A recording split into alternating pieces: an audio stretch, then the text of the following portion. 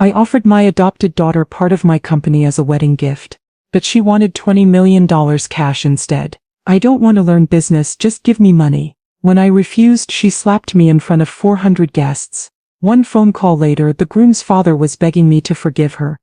Before we continue, I just want to say thank you for taking the time to hear my story. If you're comfortable, let me know where you're listening from, and what time it is where you are. Now let me tell you my story. The view from my office on the 75th floor of the Monroe Logistics Tower is a testament to a life of relentless forward motion. The city of Houston sprawls below, a vast, intricate network of highways, railways and shipping channels, all pulsing with the lifeblood of commerce. From this height, I can see it all. I can see the ships gliding into the port of Houston, carrying cargo my company will transport. I can see the ribbons of my trucks, a fleet of silver and navy blue, moving across the interstate arteries, their movements tracked by the silent glowing map on the wall opposite my desk. This city, this relentless engine of industry, is my chessboard, and I, Diana Monroe, have spent 40 years of my life learning how to command it. Today, the final pieces of my biggest play yet were sliding into place. I sat at the head of my vast marble boardroom table, the silence in the room as polished and as heavy as the stone itself. Across from me sat the city's architects of progress, the head of the Port Authority, the lead financier for the new NFL Stadium project, and a trio of stone-faced lawyers whose billable hours could fund a small country. The transport logistics for the structural steel are locked in. Phase 1, I stated, my voice calm and even, leaving no room for negotiation. My fleet has priority access to the East Gate, as per our agreement. Phase 2, the internal fittings and the electronics, will require a dedicated climate-controlled fleet. My innovations division has already spec'd out the requirements. The proposal is in your folders. They nodded. A silent, respectful assent. In this room, my word was not a suggestion, it was a foundational fact upon which billion-dollar projects were built. I had started this company with a single second-hand flatbed truck, and a fire in my belly. A fire fueled by the grief of losing my sister and the sudden terrifying responsibility of raising her 5-year-old daughter Chloe. I had built this empire not for myself, but for her, to give her a world of safety and opportunity I had never known. A world where she would never have to feel the cold hard fear of scarcity. As the lawyers began to murmur amongst themselves, reviewing the finer points of the contract, my private phone, the one reserved for family, buzzed softly on the table. A text from Chloe. I glanced at the screen. It was a photo of a wedding cake, a towering 9-tiered confection of impossible sugary architecture. The text beneath it read, "The baker says he can't do the spun sugar magnolias in this humidity. A complete disaster. Handle it." Not a please, not a what do you think, just a command, handle it. I felt a familiar weary ache settle in my chest. I had given my daughter a world without problems, and in doing so I had created a woman who believed that the primary function of a mother was to be a high-level problem solver for her own manufactured crises. I typed back a quick, efficient reply. Tell him to use a dehumidified, temperature-controlled tent. I will have my assistant coordinate. I looked from the glowing screen of my phone to the serious, powerful men at my table. My two worlds. The one where I was a queen, a titan of industry, whose every word moved mountains of steel and money, and the other where I was a mother, a glorified assistant expected to solve the existential crisis of a sugar flour. The meeting concluded, handshakes were exchanged. The stadium deal, a legacy project that would reshape the city's skyline, was secure. As I stood and looked out at the vast sprawling city, at the empire I had built, I felt not a sense of triumph but a profound and unsettling question. I had given my daughter a kingdom, but had I ever taught her what it meant to rule, or even what it meant to work? The answer, I feared, would be delivered at her wedding, the single most expensive and revealing event I had ever been strong-armed into funding. While I was negotiating the logistics of a billion-dollar stadium, Chloe was engaged in a battle of her own, one of far greater in her mind significance. She was at Belle Maria, the most exclusive bridal boutique in Houston, a hushed champagne and ivory temple of matrimonial excess. She stood on a small velvet pedestal surrounded by a triptych of gilded mirrors, while two nervous seamstresses knelt at her feet, their mouths full of pins. She was wearing a wedding dress that cost more than my first year's corporate profits. It was a cloud of imported Italian lace and hand-sewn seed pearls, a dress designed for a European princess, and Chloe in her own mind was nothing less. "The lace is acceptable," she said, her voice a low critical purr, as she examined her own reflection. But the fall of the skirt, it's not dramatic enough. I told you I want to look like I am floating. Right now, I merely look like I am walking. The boutique's owner, a rail-thin woman with a face tight with anxiety, rushed forward. Mademoiselle Monroe, it is perfection. The drape is exactly as the designer intended. Then the designer's intentions were pedestrian, Chloe replied, her gaze still fixed on her own reflection, her voice utterly devoid of irony. It was in this temple of self-regard that she decided to call me. She knew I was in my final meeting for the stadium deal, the most important negotiation of my quarter. She called anyway. I saw her name flash on my corporate line, and against my better judgment, I motioned to my legal team for a brief pause and answered, my voice a low, professional whisper. Chloe, I'm in a meeting. Is everything all right? No, mother. Everything is not all right, she said, her voice a high, dramatic wail. It's a catastrophe. This dress, it's a disaster. And the baker is being completely unreasonable about the magnolias. You need to call him. He'll listen to you. Chloe, I said, my voice tight with a patience that was wearing dangerously thin. The dress is beautiful, and the magnolias are made of sugar. This is not a catastrophe. A dockworkers' strike, that is a catastrophe. A flash flood in the rail yards, that is a catastrophe. This is a minor logistical challenge that you as a grown woman are perfectly capable of handling. So you're not going to help me? She said, her voice turning cold and sharp. You're more obsessed with your trucks and your stupid stadium than you are with your own daughter's wedding. I should have known. That is not true, and it is not fair, I said, my own voice rising. My team of lawyers now staring at the floor, pretending not to listen to this deeply unprofessional and deeply personal exchange. I am trying to close a deal that will secure the future of the company that is paying for this entire extravagant wedding. Chloe. The company that I was planning to make you a part of. Oh, please, she scoffed, her voice dripping with a familiar weary contempt. Don't start with your legacy and responsibility speech. I have a wedding to plan. Just figure it out, mother. She hung up. Not a goodbye, not an I love you, just a click. I stood there for a moment in the silent marble boardroom, the phone still pressed to my ear, the powerful, respected titan of industry. The woman who could make grown men tremble with a single quiet word. And I had just been dismissed, like a disobedient servant, by my own spoiled, ungrateful child. I took a deep, steadying breath, composed my features back into a mask of calm, professional authority, and turned back to my legal team. Now, I said, my voice once again the cool, steady instrument of command. Where were we? But the ache in my chest was a sharp physical thing. The friction I had felt between us for years was no longer a subtle tectonic grinding. It was a fault line, and it was about to rupture. The law offices of Cole Sterling and Associates were the very antithesis of my own sleek modern headquarters.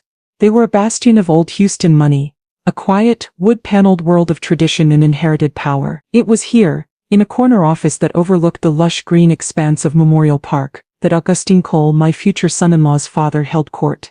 Augustine was a man carved from the same Texan granite as the courthouse downtown.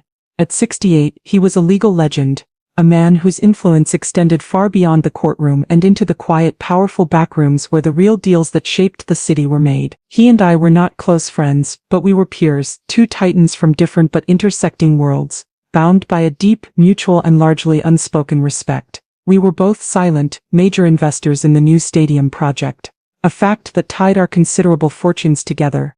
His son Keith was a good boy. I had known him since he was a child. He was handsome, kind, and a genuinely talented architect, a young man who was trying to build a name for himself outside of his father's long shadow. He was also, I knew, completely and utterly besotted with my daughter. He saw her beauty, her spirit, her confidence, and he mistook it for strength. He was a good, decent man who was, I feared, completely out of his depth. That afternoon, as Chloe was waging her war on the bridal boutique, Augustine had summoned Keith to his office. "Sit down, son," Augustine had said, his voice a low, gravelly rumble as he gestured to one of the leather armchairs facing his massive desk. "We need to talk about your wedding." Keith, expecting a conversation about the guest list or the budget, had smiled. "What about it, Dad? Everything's under control. Chloe has it all handled." "I'm not talking about the flowers, Keith," Augustine had said, his expression serious. "I'm talking about Diana Monroe." He had paused, letting the name settle in the quiet, sunlit office. "You are not just marrying Chloe. He had continued, his gaze steady and intense. You are entering into an alliance with one of the most formidable and powerful people in this state. I need you to understand what that means. Diana is not like your mother. She did not inherit her power. She built it, with her own 2 hands from nothing. She is a queen in a way that the women in our circle can only pretend to be. And a queen does not suffer fools. Keith, I was told later, had laughed. A gentle, dismissive sound. Dad, I know she's a big deal, but she's just Chloe's mom. She's always been perfectly nice to me. Nice? Augustin had echoed, a humorless smile touching his lips. Diana Monroe is nice in the same way a hurricane is breezy. It is a calculated, strategic choice. Do not ever mistake her kindness for weakness. Her respect is not given freely, son, it is earned. And if you lose it, you will find that the world can become a very cold and very difficult place, very quickly. He had then leaned forward, his voice dropping to a low, serious murmur. I am a partner with her in the stadium deal. A silent partner. It is the largest single investment of my career. That deal, and by extension, a significant portion of our family's future, rests on the strength of my relationship with that woman. Your marriage to her daughter solidifies that relationship. It is a good thing, but it also makes us vulnerable. Her daughter's happiness is now tied to our family. And I am telling you, as your father and as a man who understands power, you do not want to be on the wrong side of Diana Monroe if she believes her daughter has been wronged. The irony, of course, was that he was worried about the wrong person. He was worried about his son hurting my daughter. He had no idea that the real liability, the true catastrophic risk to our shared future, was not Keith's character but Chloe's. I love Chloe, Keith had said simply, his voice full of a pure, unshakable sincerity. And I respect her mother. It's going to be fine, Dad. You're thinking like a lawyer. I am, Augustin had agreed, leaning back in his chair. And I am advising my client that he is entering into a contract with a party whose terms and conditions he does not fully comprehend. Just be careful, son. And for God's sake, make sure that girl keeps her mother happy. It was sound advice, the best he could have possibly given. And it was advice that was about to be spectacularly and very, very publicly ignored. The week leading up to the wedding was a whirlwind of last-minute details and carefully managed logistics. While Chloe was finalizing seating charts and debating the subtle differences between 5 shades of cream-colored linen, I was in my own boardroom, finalizing a different kind of arrangement, my wedding gift. I had, of course, already paid for the entire obscenely expensive affair. The museum venue, the couture dress, the $10,000 cake with its problematic sugar magnolias. It was all taken care of, a river of my money flowing out to create the perfect fairy tale day for my daughter. But that was not the real gift. That was just an expense. The real gift was a thing of substance, of meaning. It was, I believed, the most important gift I would ever give her. In the quiet, sterile office of my corporate law firm, with my lead counsel, a sharp, no-nonsense woman named Maria, at my side, I signed the final documents. The papers were thick and heavy, full of the dense, arcane language of corporate governance. Are you sure about this, Diana? Maria asked, her expression one of professional and personal concern. This is a significant transfer of assets and control. I'm sure, I said, my voice firm. I uncapped my heavy gold-nibbed fountain pen and signed my name with a flourish. Diana Monroe. The signature that had launched 1,000 trucks and secured $1 billion in contracts. The gift was not cash. I had long ago decided that I would not simply hand my daughter a vast, unearned fortune. To do so would be to rob her of the one thing that had given my own life meaning. The struggle, the work, the profound satisfaction of building something of your own. To just give her money would be to give her a toy. I wanted to give her a tool. I wanted to give her a future. So, the gift was this. A 49% controlling interest in Monroe Innovations. The newest, most profitable and most future-focused division of my company. Monroe Innovations was my pet project, the R&D wing of my empire. It dealt with drone delivery logistics, AI-driven supply chain management, and sustainable electric-powered transport. It was the future of my industry. It was a thriving multi-million-dollar entity, and I was handing her the keys. The documents I signed established a new co-chairmanship. I would retain a 51% stake, a guiding hand to help her learn the ropes. But she would be my partner, my equal. She would have a seat at the head of the table. She would have a voice in the future of the empire I had built for her. It was, in my mind, the perfect gift. It was not a handout, it was a hand up. It was a testament to my belief in her potential. In the smart, capable woman I knew she could be if she ever decided to look beyond the surface of her own life. It was a gift of responsibility, of purpose, of a chance to build her own legacy upon the foundation I had laid for her. It was a profound act of love and trust. As Maria notarized the final page, the thud of the stamp echoing in the quiet office, I felt a sense of profound and deeply hopeful satisfaction. This gift, I believed, would be the bridge between our two worlds. It would finally make her understand the work, the passion, the dedication that her entire privileged life was built upon. It would be the beginning of a new chapter for us, not just as mother and daughter, but as partners. I placed the signed, notarized documents into a beautiful custom-made leather-bound portfolio. On the cover, in simple, elegant gold leaf, were 2 words: the future. This was the gift I would present to her at her wedding. A gift of a future she did not yet know she wanted, but one I was so sure she needed. It was a bet.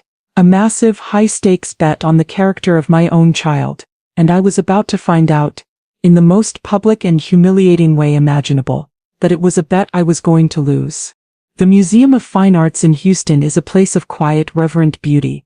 Its grand neoclassical halls usually filled with the hushed footsteps of art lovers and the silent, watchful gaze of masterpieces. On the day of Chloe's wedding, it was transformed into something else entirely. It had become a palace of almost obscene opulence, a testament to what can be achieved when a limitless budget is combined with my daughter's theatrical sense of style.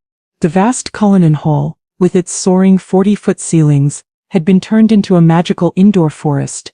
Thousands of white orchids and gardenias, my late sister's favorite flowers, were suspended from the ceiling on invisible wires, creating a fragrant floating canopy. The floors were covered in a plush, cream-colored carpet, and the tables were draped in silks, each place setting a glittering constellation of crystal and silver. 400 of the most powerful and influential people in Texas, a curated guest list of politicians, oil barons and society mavens, moved through the space, their hushed whispers of admiration a symphony to my daughter's vanity.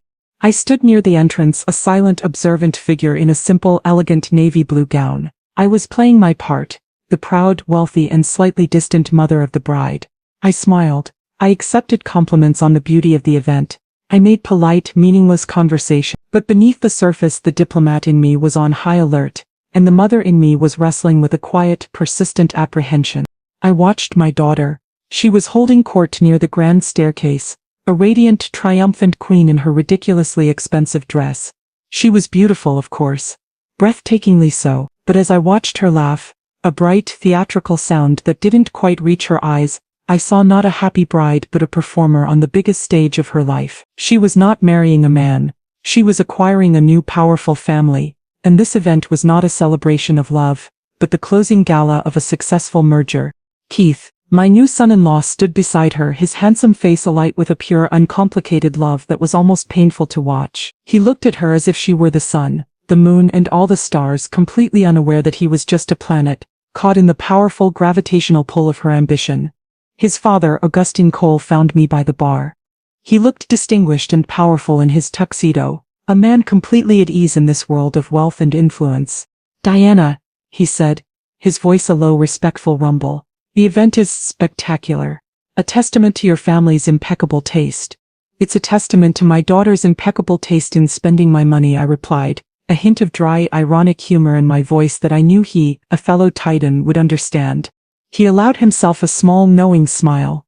"She is a firecracker, that one," he said, his gaze drifting over to where Chloe was now directing a photographer, arranging her friends into a perfect, Instagram-worthy tableau. "Keith is a lucky man, and a brave one." "He is a good man," I said, my voice softer now. "That is all that matters."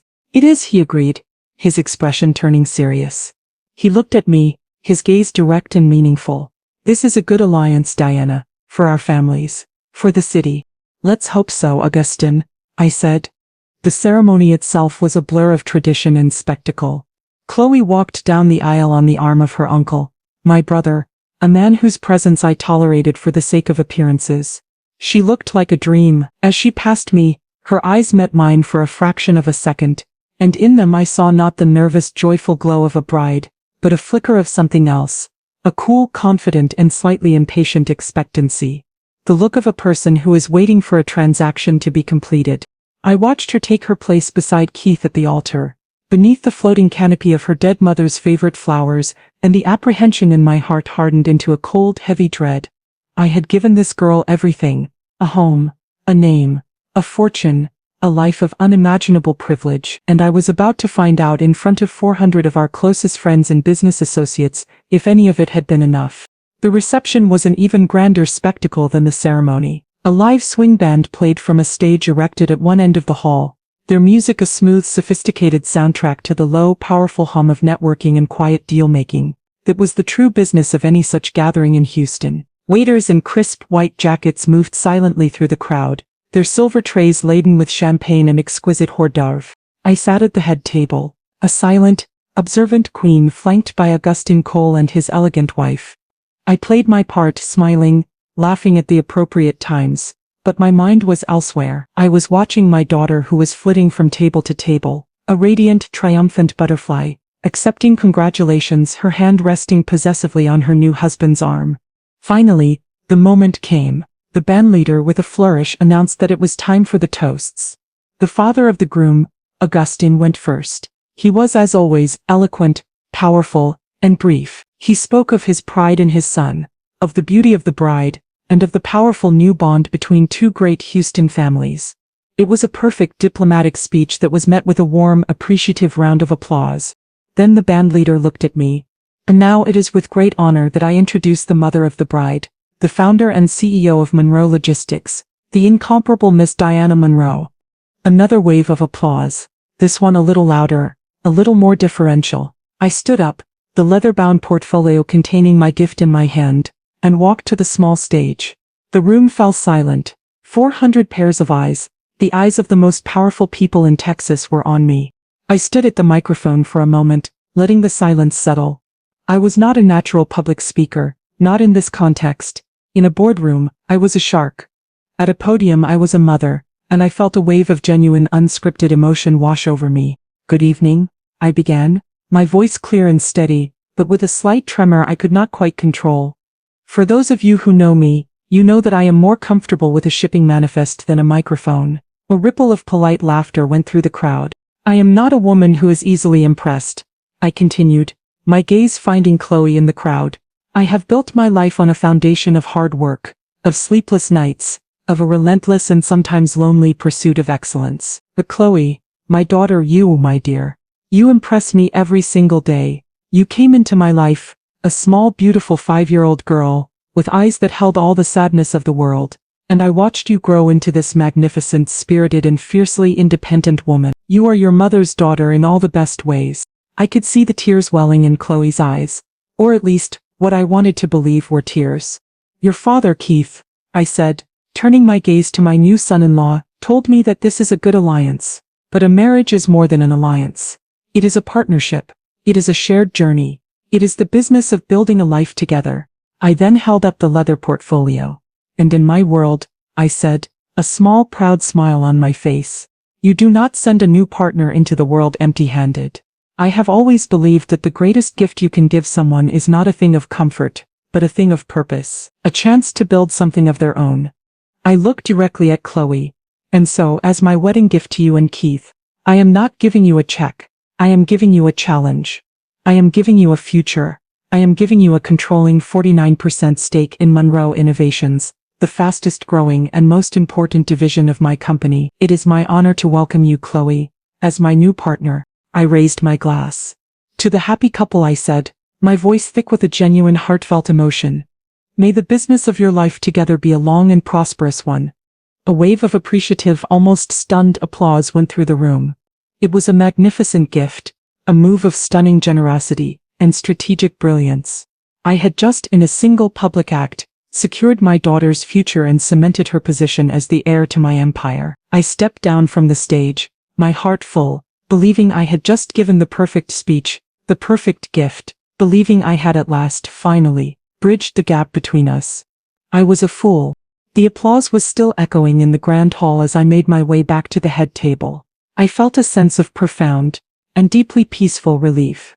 The gift had been given, the public declaration of my love and trust had been made.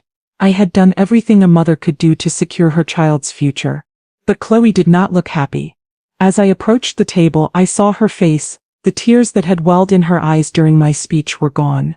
Her smile was a tight, frozen, almost grotesque thing. Her eyes, which should have been shining with gratitude, were blazing with a cold, furious fire. Before I could even sit down, she was on her feet. She grabbed my arm, her manicured nails digging into my skin with a surprising painful force. "We need to talk," she hissed, her voice a low, venomous thing that was for my ears alone. "Now." She didn't wait for my reply. She began to pull me with a rude, insistent force away from the table, away from the curious, watching eyes of our guests. She led me to a small, curtained-off alcove near the side of the stage, a space meant for the catering staff to discreetly enter and exit. It was a space of shadows and secrets.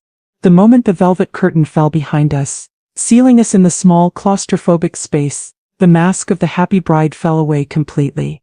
Her beautiful, smiling face was transformed into a mask of pure, ugly rage. "What was that?" she demanded, her voice a low, trembling shriek. "What in the hell was that, mother?" I was genuinely completely bewildered. "What are you talking about, Chloe? I was giving you your wedding gift." "My gift?" She laughed, a sharp, humorless, and deeply insulting sound. "You stood up there, in front of 400 of the most important people in this state, and you gave me a job? You gave me a pile of paperwork and a set of responsibilities at my own wedding? Are you insane?" "I gave you a company," I corrected her, my own voice turning cold, the warm, maternal glow of the evening rapidly evaporating in the face of her bizarre, ungrateful fury. "I gave you a future, a chance to be my partner, to build—" "I don't want to build anything," she spat, her voice rising with a shrill, childish petulance. "Don't you get it? I have spent my entire life watching you build, watching you choose your trucks, your contracts, your company, over me. I don't want to be you. I don't want to spend my life in a boardroom, smelling of diesel fumes and desperation. I want a life, a real life. The life you owe me." "The life I owe you," I repeated, my voice now a dangerous whisper. "I have given you everything, a home, an education, a life of unimaginable privilege." "You gave me money," she shrieked, her face just inches from mine. "You didn't give me a mother, you gave me a CEO. And now, you want to give me a job as a wedding present? That's not a gift. It's a prison, the same prison you've been in your whole life." She took a deep, shuddering breath, her chest heaving with a rage that was so profound, so absolute, it was almost a thing of beauty in its pure crystalline selfishness. "So here is my real gift," she said, her voice dropping to a low, steady, and utterly serious demand. "The one I actually want. The one I deserve. $20 million. In cash. Wire it to my private account tomorrow morning." The number, the sheer breathtaking audacity of it, hung in the small dark space between us. "I don't want to learn business," she continued, her voice a low, contemptuous hiss. "I don't want a seat at your stupid table. I just want the money. That's all I have ever wanted from you. The money. So I can be free of you and your work, and your endless suffocating expectations forever." I stared at her, at this beautiful monstrous stranger with my sister's eyes, and I felt a profound, almost out-of-body calm settle over me. The initial shock of her demand had passed, leaving in its wake a cold, hard, and deeply sorrowful clarity. This was not a negotiation, this was a diagnosis. I was a doctor, and my patient, my own child, was revealing the full catastrophic extent of her disease. The disease of entitlement, of a soul that had been so cushioned by privilege, that it had never learned the fundamental difference between price and value. "No," I said. My voice was not angry, it was not emotional, it was a simple, quiet, and utterly immovable statement of fact.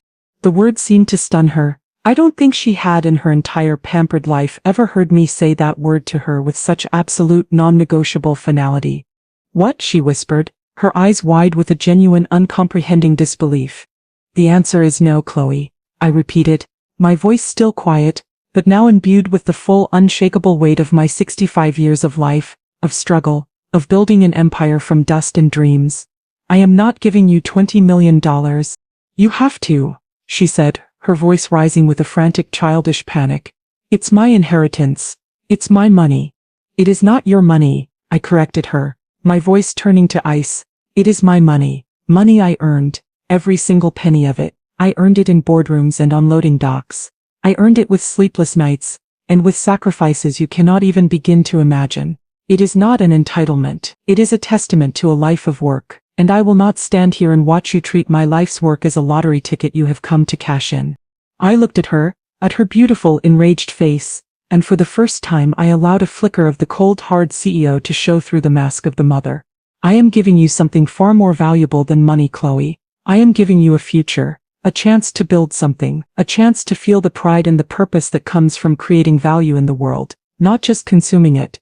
The gift I have offered you is a gift of dignity, of responsibility, and if you are too blind, too spoiled, and too lazy to see that, then that is not my failure, it is yours.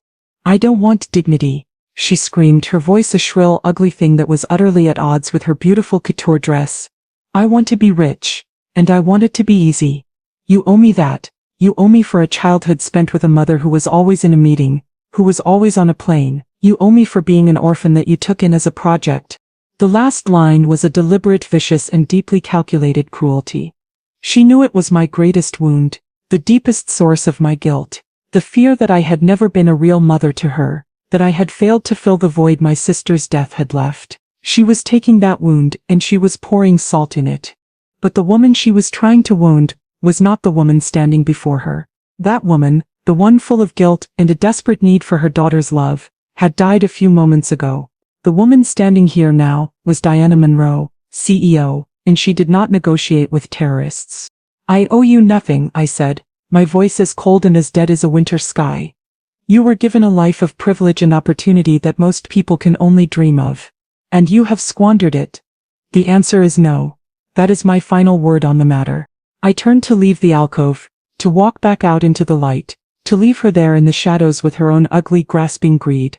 The discussion was over. The verdict had been delivered. I had no idea that the sentence was about to be carried out. As I turned to push aside the heavy velvet curtain, to step back into the world of light and music and order, a hand shot out and grabbed my arm. It was Chloe. Her grip was like a vise, her manicured nails digging into my skin with a shocking, painful force. You are not walking away from me, she snarled, her beautiful face just inches from mine, her eyes blazing with a wild, cornered animal fury. The polite, polished veneer was completely gone, stripped away to reveal the raw, ugly, and deeply spoiled child beneath. The discussion is over, Chloe, I said, my voice a low, dangerous command. Let go of my arm. No, she shrieked, her voice rising to a hysterical pitch. You will not do this to me. You will not humiliate me at my own wedding.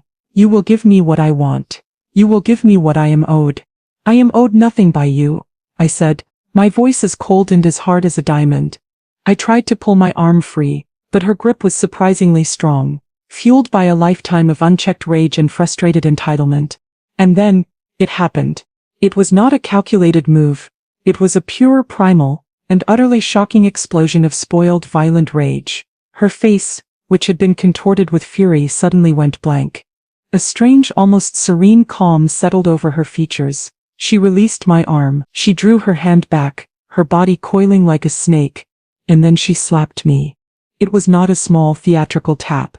It was a full-force, open-palmed blow, delivered with all the weight and fury of her enraged body. The sound of her hand connecting with my cheek was a sharp, ugly crack, a sound that was somehow louder than the music, louder than the chatter of 400 guests. It was a sound that seemed to suck all the other sound out of the room. The force of the blow snapped my head to the side. A universe of bright, hot white stars exploded behind my eyes. The pain was immediate, a sharp, stinging, and deeply humiliating fire that spread across my cheek. But the physical pain was nothing compared to the profound, absolute, and soul-shattering shock of the act itself. My daughter, my child, the little girl I had raised, loved, and protected. She had just in front of 400 of the most powerful people in Texas struck me.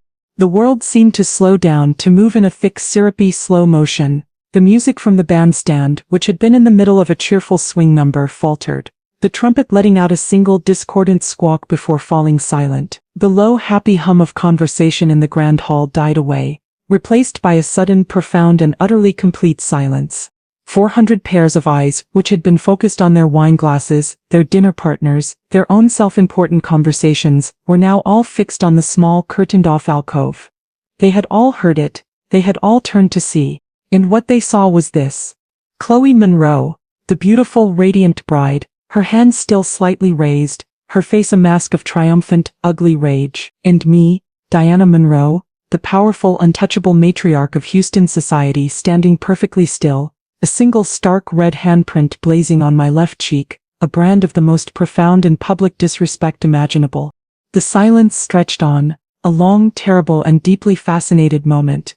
The perfect wedding, the fairy tale event of the year, had just been irrevocably shattered, and a new, far more interesting and far more dangerous story had just begun. In the dead, ringing silence of the grand hall, I did not cry. I did not scream. I did not even touch my cheek, which was now throbbing with a dull, fiery ache.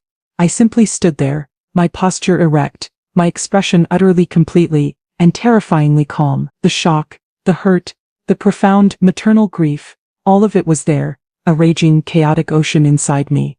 But on the surface there was only ice. The diplomat, the CEO, the woman who had stared down corporate raiders and hostile unions, had taken control. An act of war had just been declared, in the most public and humiliating way possible. And my response, I knew, had to be equally public, equally decisive, and infinitely more strategic. Slowly, deliberately, I raised my head and looked at my daughter. The initial triumphant blaze of rage in her eyes was beginning to falter, replaced by a flicker of something else, a dawning, horrified understanding of what she had just done. She was looking not at her mother but at the 400 stunned, silent and deeply influential witnesses to her assault. The mask of the wronged heiress was crumbling, revealing the face of a spoiled, violent child who had just committed a catastrophic, career-ending, social suicide-inducing mistake. My gaze did not linger on her. She was no longer the primary target. She was a symptom, a consequence. I let my eyes sweep, slowly and deliberately, across the sea of frozen, fascinated faces. I saw shock. I saw pity. I saw a delicious, salacious scandal being born. My gaze passed over the horrified face of my new son-in-law, Keith, who looked as if he had just been struck by lightning himself. He was staring at his new bride, his mouth agape, his adoring love being rapidly replaced by a sick, dawning disillusionment. And then, my eyes found him. The one person in the room who truly mattered. The only other player on the chessboard whose power was equal to, and in this moment, inextricably linked with, my own. Augustine Cole. He was standing near the head table, a glass of champagne frozen halfway to his lips. His face, usually a mask of calm, patrician authority, was a study in pure, unadulterated horror. But it was not the horror of a man witnessing a simple family squabble. It was the cold, pragmatic terror of a master strategist who has just watched his queen deliberately, foolishly and catastrophically blunder into a fatal checkmate. He understood. He understood. In that single terrible instant, the full devastating implications of what had just happened. This was not a domestic dispute. This was a business disaster. His future daughter-in-law, a Monroe in name but not in character, had just committed an act of public physical disrespect against Diana Monroe. A woman who was not just his peer but his crucial, indispensable partner in the single largest financial deal of his career. Our eyes met across the silent, cavernous room, and in that look, 1,000 words were exchanged. I saw the panic in his eyes, the frantic, desperate calculations already beginning in his brilliant legal mind, and he saw, in my cold, calm and utterly unforgiving gaze, the promise of a swift, brutal and entirely justified retaliation. I held his gaze for a long, pregnant moment, and then I broke the connection. The silent, powerful communication was complete. He now knew the stakes. Without another word, without another look at my daughter, I turned my back on the entire ugly scene, and with a regal, unhurried, and utterly unshakable calm, I began to walk. I walked through the parted sea of our stunned, silent guests. I walked away from the beautiful, opulent, and now irrevocably tainted wedding reception. I walked towards the private office off the main hall, the one I had insisted the museum provide for me, just in case a business emergency arose. The emergency had arisen, and it was time to make a single, very quiet and very, very effective phone call. The office was a small, quiet, wood-paneled sanctuary, a world away from the chaotic, imploding drama in the grand hall. The heavy oak door closed behind me, shutting out the shocked whispers and the stunned silence, leaving me in a blessed, profound quiet. I did not pace. I did not weep. I walked to the large antique desk, pulled out the heavy leather chair, and I sat. For a moment I just sat there in the dim, lamplit room, my hands folded on the polished wood, my cheek throbbing with a dull, rhythmic fire. I was a strategist, And the first rule of any crisis is to control your own emotional response. To allow rage or grief to dictate your actions is to cede the strategic advantage. I took a deep, steadying breath, then another. I compartmentalized the pain, the wounded mother, the humiliated woman. I took her and I locked her away in a soundproof room in the back of my mind. There would be time for her later. Now was the time for the CEO. My mind, now cold, clear and utterly focused, began to analyze the situation. Chloe's act had not just been an emotional outburst, it was a catastrophic brand management failure. The brand in this case was the Monroe family name. A name I had spent 40 years building into a symbol of strength, integrity and absolute, unshakable control. Her public act of violence had tarnished that brand. It had introduced a narrative of instability, of chaos, of a lack of discipline at the very heart of my empire. In the world of high-stakes business, such a perception could be fatal. My response, therefore, could not be personal. It had to be a business decision, a decisive strategic move to contain the damage, reassert control, and neutralize the liability. The liability in this case was my own daughter. I took out my phone. The screen was dark, impassive. I did not look at the dozens of missed calls and frantic texts that I knew were already piling up from Keith, from Chloe, from a dozen other concerned guests. I had only one call to make. My thumb moved with a calm, deliberate purpose to my contacts. I scrolled past Chloe without a flicker of emotion. I went straight to Augustine Cole. I knew he would be waiting for my call. I knew he would be in a state of pure controlled panic, his mind racing through the potential fallout of this disaster. He was a smart man. He knew what was at stake. I pressed the call button. He answered on the first ring.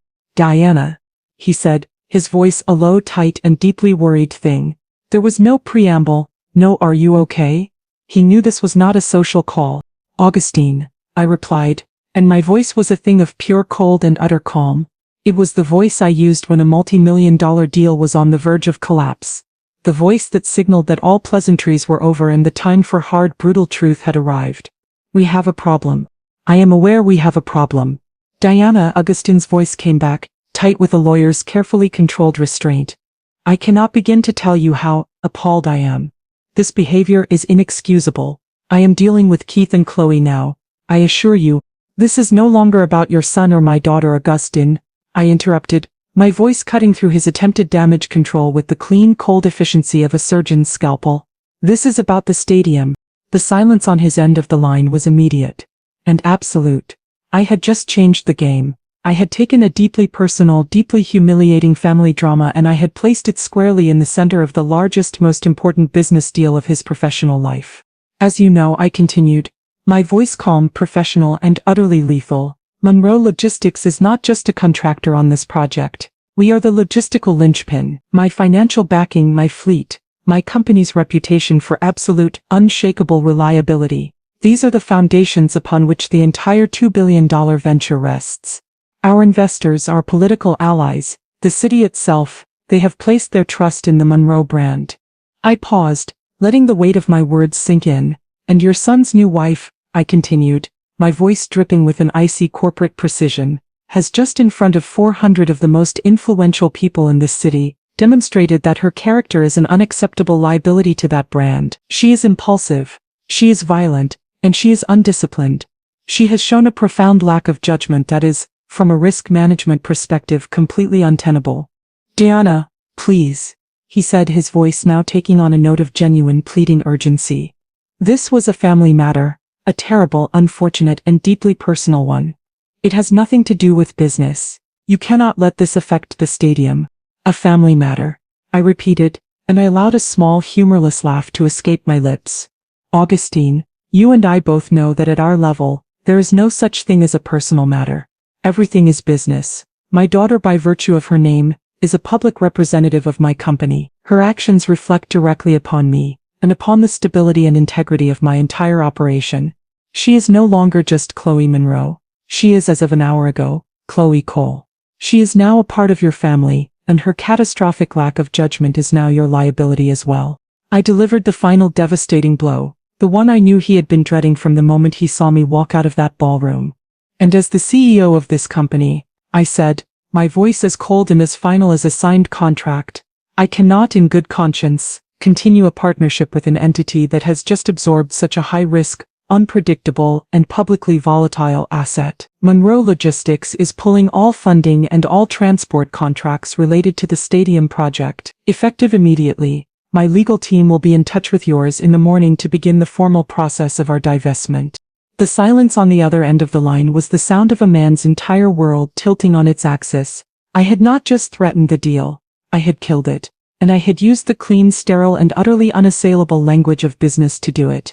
The full catastrophic implications of my words slammed into Augustin Cole with the force of a physical blow. He was a man who had built his life and his considerable fortune on a foundation of careful calculation, of risk assessment, of understanding the intricate, interconnected web of power in the city of Houston. And he understood, in that single heart-stopping moment, that I had just set fire to the entire web. Monroe Logistics was not just a partner in the stadium deal. We were the load-bearing pillar in the center of the entire structure. My financial commitment had been the cornerstone that had secured the other major investors. My company's logistical expertise was the only thing that could handle the sheer unprecedented scale of the transport requirements. My political capital, the deep decades-long relationships I had cultivated with city officials, was the grease that kept the bureaucratic wheels of the project turning. If I pulled out, the entire $2 billion project would not just falter, it would collapse. The other investors would panic and flee. The construction deadlines would become impossible. The city permits, once so easily obtained, would become mired in red tape. It would be a financial and political disaster of a magnitude not seen in this city for a generation. And his name, Augustin Cole, would be at the very center of the failure. His reputation, his legacy, the 40 years he had spent building his name into a symbol of power and success, would be in ruins. And all because of a spoiled, entitled, and monumentally stupid girl who had, in a fit of pique, slapped the one person in the city you did not, under any circumstances, cross. "Diana, wait," he said, his voice no longer the calm, authoritative rumble of a legal titan, but the thin, strained plea of a man on the edge of a precipice. "You cannot be serious. We can fix this. I will talk to her. I will talk to Keith. We will issue a public apology. We will make a sizable donation to the charity of your choice." "This is not something that can be fixed with a donation, Augustin," I replied, my voice a thing of pure cold ice. "This is not a parking ticket. This is a fundamental breach of the one currency that truly matters in our world: respect. Your new daughter-in-law has publicly and physically assaulted me. She has demonstrated that she is a chaotic, unpredictable force, and I do not do business with chaos. My decision is final. Think of the city, Diana," he pleaded, his desperation growing. "Think of the jobs, the economic impact. You are willing to sacrifice all of that over a family argument?" "It was my daughter's choice to make this a public spectacle," I said, my voice unwavering. "She chose the time, she chose the place, and she chose the audience. She must now live with the consequences of that choice, as must we all." I knew I was being ruthless. I knew that I was leveraging a personal wound to create a business catastrophe, but they had shown me that in their world, love was a transaction. Very well. I would show them how I conducted a transaction. "My security is waiting to escort me home," I said, my voice signaling the end of the conversation. As I said, "My lawyers will be in touch." I ended the call. I did not give him a chance to reply. I had laid out the terms of the new reality. I had created a problem of such a magnitude that it dwarfed a slap, a demand for money, a ruined wedding. I had created a problem that only he, the powerful, pragmatic Augustin Cole, could solve. And the only solution was to humble himself, to control his new family member, and to beg. The father's panic was the first necessary step in the daughter's education. I did not have to wait long. I knew Augustin was a man of decisive, immediate action. As I was walking through the quiet, now deserted back hallways of the museum, my personal security detail, a pair of large, impassive men who had been with me for 15 years, flanking me, he found me. He was not the proud, powerful patriarch I had seen just an hour before. He was a man who looked like he had aged 10 years in the last 10 minutes. His face was pale, his eyes wide with a frantic, desperate energy. He had intercepted me just before a private exit, the one my security always prepared for me at any public event. "Diana, please," he began, his voice a low, urgent plea. He had placed himself directly in my path, a supplicant before a queen. My security men tensed, but I gave them a small, almost imperceptible shake of my head. They remained still, Two silent, menacing statues. There is nothing more to discuss, Augustin, I said, my voice calm and final. I made a move to walk around him. He stepped in front of me again. No, he said, his voice cracking with a desperation I had never heard from him before. You cannot do this. You cannot crater this deal. This city, our reputations over this. There has to be a way. I just looked at him, my expression unreadable, my silence a more powerful tool than any words. I let him talk. I let him unravel. She's a child, Diana, he said, his voice a low, desperate rush. A spoiled, foolish and deeply entitled child. I see that now. Keith has been blind, and I have been complicit in that blindness. I am so sorry for the disrespect she has shown you. It is a stain on my own family's honor. He was good. He was taking the blame, humbling himself, using the language of honor and respect that he knew I valued. But a child can be taught, he continued, his eyes pleading with mine. A mistake can be corrected. Do not punish the entire city of Houston for the sins of one foolish girl. Tell me what I have to do to fix this. Not just for the deal, not just for the city to make this right. With you, tell me what you want. The question, the one I had been waiting for, the one that signaled his total and complete surrender to my authority, hung in the quiet hallway. Tell me what you want. I looked at this powerful, proud man, this titan of the law, this pillar of Houston society, and I saw that he was now in this moment, completely and utterly at my mercy. He was begging me to forgive the daughter-in-law he had just acquired. He was begging me to save the future he had so carefully built. I let the silence stretch for another long, painful moment. I let him feel the full, crushing weight of his own powerlessness. Finally, I spoke. What I want, Augustin, I said, my voice a low, cold whisper, is for my daughter to learn a lesson that you and I and her own husband have clearly failed to teach her, a lesson about the real value of work and the true meaning of respect. And you, I said, my eyes boring into his, are going to help me teach it to her. While Augustin was pleading for the life of his stadium deal in the quiet back hallways of the museum, the grand ballroom was descending into a state of quiet, social chaos. The music had not restarted. The guests, all 400 of them, were standing in small, stunned clusters, whispering amongst themselves, their eyes darting between the empty head table and the alcove where the slap had occurred. The air was thick with the delicious, intoxicating scent of a fresh high society scandal. The central figures in this drama were my daughter and her new husband. The happy, radiant couple of an hour ago were now locked in a tense, ugly confrontation in the middle of the dance floor. Keith, his face pale with a mixture of shock, shame and a dawning, horrified disillusionment, was trying to pull Chloe towards the exit. We're leaving, he was saying, his voice a low, furious hiss. Now, this is over. Don't you touch me, Chloe shrieked, pulling her arm away from him. She was no longer the triumphant bride. She was a cornered, panicked animal, her eyes darting around at the watching, whispering crowd. She had just committed an act of social and familial suicide, and the reality of it was beginning to crash down on her. This is not my fault. This is her fault. She provoked me. She's trying to ruin my wedding. She provoked you, Keith repeated, his voice a mixture of disbelief and a new, unfamiliar contempt. Chloe, you slapped your own mother in front of 400 people because she gave you a multi-million-dollar company instead of a pile of cash. Do you have any idea how insane you sound? Do you have any idea what you've just done? He finally understood. He finally saw the monstrous, gaping chasm between the beautiful, spirited woman he thought he had married, and the spoiled, entitled, and deeply cruel child who stood before him. He was seeing the real Chloe for the very first time, and the sight of it was clearly breaking his heart. The guests, seeing that the drama was escalating, began to discreetly and then not so discreetly make their exits. They had seen enough. The story was now secured, ready to be dissected and embellished at 100 different brunches and cocktail parties for the next 6 months. The wedding of the year had become the scandal of the decade. By the time I returned to the ballroom, escorted by a grim-faced Augustine Cole, the grand opulent space was nearly empty. The floating canopy of orchids now seemed to be weeping over a scene of utter devastation, the half-eaten food, the abandoned glasses of champagne, the beautiful expensive wreckage of a party that had died a sudden, violent death. Chloe and Keith were still standing in the middle of the dance floor, their argument having subsided into a tense, exhausted silence. They looked up as we approached, two small, broken figures in a vast, empty room. Augustine did not speak to his son. He walked directly to Chloe, and his face, which had been a mask of pleading desperation with me, was now a thing of cold, hard, and utterly unforgiving fury. "You foolish, foolish girl," he said, his voice a low, menacing growl. "You have not just embarrassed yourself. You have not just disgraced my son.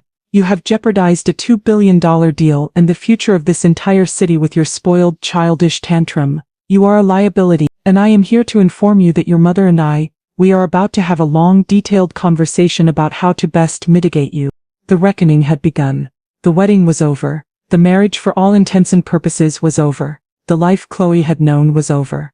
She looked from her husband's heartbroken face to her father-in-law's furious one, and then finally to me, and in my calm, cold, and utterly unreadable expression, she saw no comfort, no pity, no maternal softness. She saw only the face of a CEO who was about to conduct a very, very hostile takeover of her entire life. The week that followed the disastrous wedding was a week of absolute strategic silence from my end. The city's elite was buzzing with the scandal. The gossip columns were having a field day, but from the 75th floor of the Monroe Logistics Tower, there was only a profound and powerful quiet. I did not take their calls. I did not answer their frantic, pleading emails. I let them and the entire city wait. The stadium deal was, as I had intended, on the brink of collapse. Augustin Cole, true to his word, was in a state of pure controlled panic, and he had made sure his son and his new daughter-in-law understood the full, catastrophic extent of the damage they had caused. The wedding was not just on hold, it was a smoking crater. Keith had moved out of the home he shared with Chloe and was staying with his parents. The alliance was broken. Finally, after 7 days of allowing the pressure to build to an unbearable level, I summoned them. Not to my home, not to a neutral location, but to my boardroom, my territory. They arrived at 10 a.m. sharp, the three of them, Augustine, Keith, and Chloe. They walked into the vast marble boardroom and were shown to a set of chairs on one side of the massive table. I was already seated at the head of the table, flanked by my two top corporate lawyers. This was not a family meeting. This was a contract negotiation. They looked terrible. Augustine looked haggard, a powerful man reduced by stress. Keith looked heartbroken, a ghost of the happy, love-struck man he had been just a week ago. And Chloe. Chloe was a different person. The fire was gone. The arrogant, defiant fury had been replaced by a pale, hollowed-out look of pure, abject terror. She had had a week to contemplate the full reality of her new, powerless position, and it had clearly broken her. "Good morning," I said, my voice cool and professional, as if addressing a new set of vendors. "Thank you for coming. Let's not waste any time. We are here today to discuss the terms of a new contract." My lawyer slid a thick, leather-bound document across the table to each of them. "The wedding, as it was planned, is cancelled," I began, my voice a flat, unemotional monotone. "The marriage, if it is to proceed at all, will do so only when the terms of this new agreement have been met to my complete satisfaction. The stadium deal, Augustine, is still on ice, its future contingent upon the successful execution of this contract." I looked directly at Chloe. She flinched under my gaze. "You expressed a desire for $20 million and a life free of the burden of work," I said, my voice dripping with an icy sarcasm. "That option is permanently off the table. Instead, I am presenting you with a new offer, an opportunity." I gestured to the document in front of her. "This is an employment contract. You will begin an unpaid 1-year internship with Monroe Logistics. You will not be the director of community outreach. Your new position will be fleet maintenance assistant. You will report to the truck yard in the East End at 6 a.m., 5 days a week. Your duties will include scheduling oil changes, managing tire inventory, and assisting the mechanics. You will learn the smell of diesel. You will get grease under your fingernails. You will learn the names of the men and women who actually make this company run." A small, strangled gasp escaped Chloe's lips. Keith and Augustine just stared, their faces masks of stunned disbelief. "At the end of 1 year," I continued, my voice unwavering, "if you have performed your duties to the satisfaction of your supervisor, who will be reporting directly to me, you will be offered a paid entry-level position in the dispatch office. From there, your career path will be entirely dependent on your own merit. There will be no special treatment. There will be no shortcuts. You will earn your place at this company or you will not have one." I stood up, signaling the end of the meeting. "The fortune, the inheritance, and this marriage, they are all contingent upon your performance in this role. You will learn the meaning of the word work. you will learn the meaning of the word respect. You wanted a life free of responsibility. Instead, I have given you a life that is nothing but—" I looked at my daughter, at her pale, shattered face. "You did not just get put in your place, Chloe," I said, my voice a final quiet whisper. "You have just been given a new one. At the very bottom of the empire you tried to command. I suggest you get a good night's sleep. Your first shift starts tomorrow." Chloe didn't argue. She didn't weep. She simply nodded. A single, almost imperceptible movement. Her eyes wide with a terror that had finally been eclipsed by a flicker of something else.